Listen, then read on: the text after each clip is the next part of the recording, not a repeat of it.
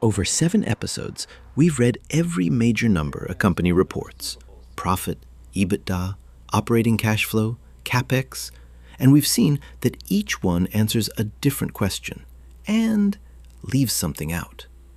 So here's the question that closes this series. After the business runs, pays its bills, absorbs working capital, and invests in its assets, how much cash is actually left? That number is called free cash flow. It is not perfect, but it survives more of the accounting noise than almost any metric we've covered. Let's build it. Free cash flow starts with a simple formula. Take operating cash flow, the cash generated by the business's operations from episode 2, then subtract capital expenditures, the cash spent on long-lived assets from episode 7. Operating cash flow minus capex. That's free cash flow. It measures the cash left after running the business and funding its capital investment. That cash can be used to pay down debt, build liquidity, repurchase shares, pay dividends, or invest somewhere else. Simple formula, very important result. Now let's run Redline's numbers. Operating cash flow was $2.3 million. Capital expenditures were $5.2 million.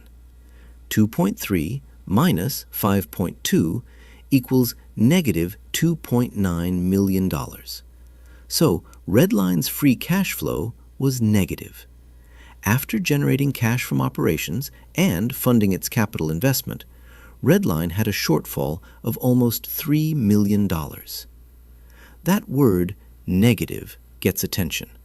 Sometimes it should.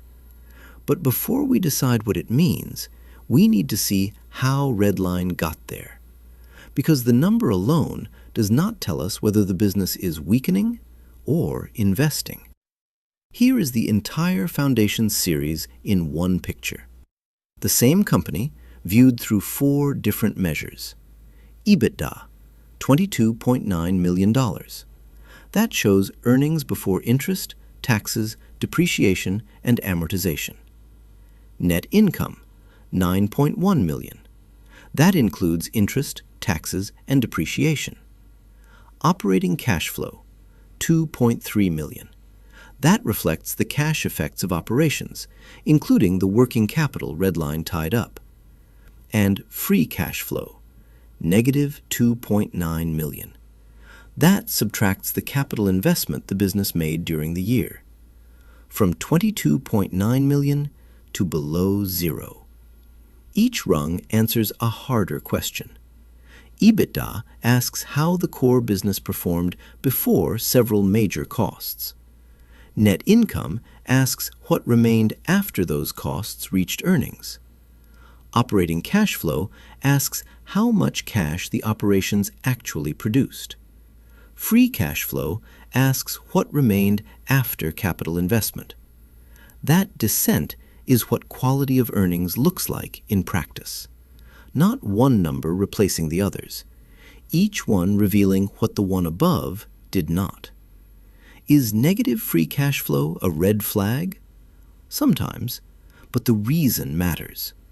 One company may have negative free cash flow because its operations are weak and it cannot fund itself. Another may have negative free cash flow because it is deliberately investing in new equipment, systems, or capacity. Same number, very different story. Redline spent $5.2 million on capex, compared with $4.2 million of depreciation. That suggests the company invested more than the annual depreciation charge. It is consistent with an investment year, but it does not prove that every dollar was growth capex. Some may have replaced aging assets. Some may have maintained existing capacity, and some may have expanded the business.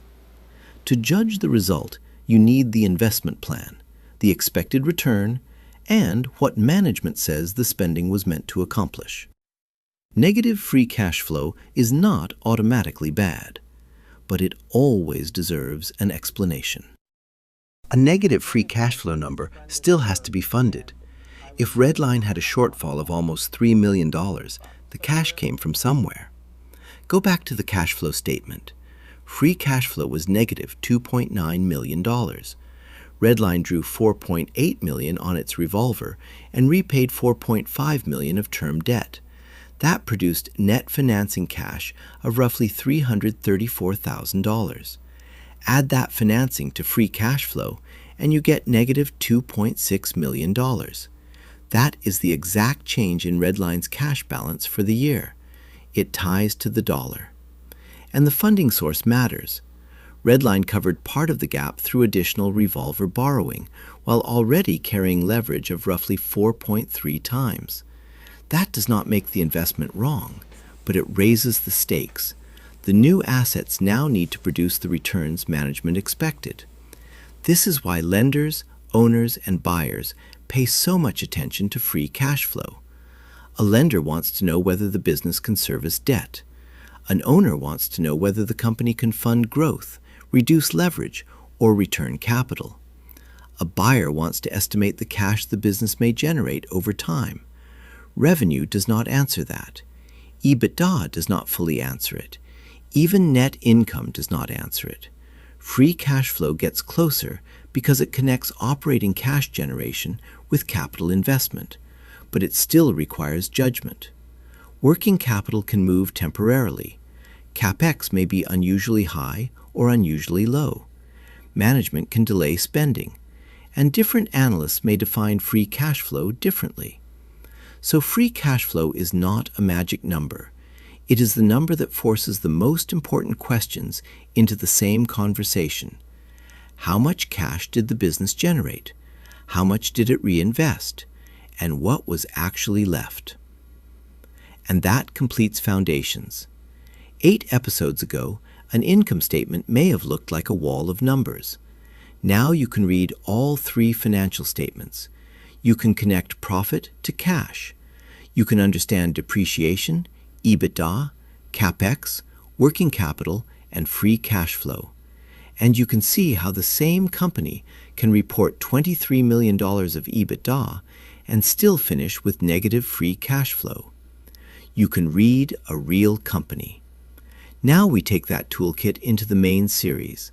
The same business, the same numbers, but now there is a CFO, a board, a lender, and real pressure behind every decision. Redline is leveraged, investing heavily, and using cash to grow. That is where accounting stops being a report and becomes a decision. And Foundations continues as well, starting with the number sitting right in the middle of this story, working capital. The cash a business can tie up before anyone notices. Every line ties out to the dollar.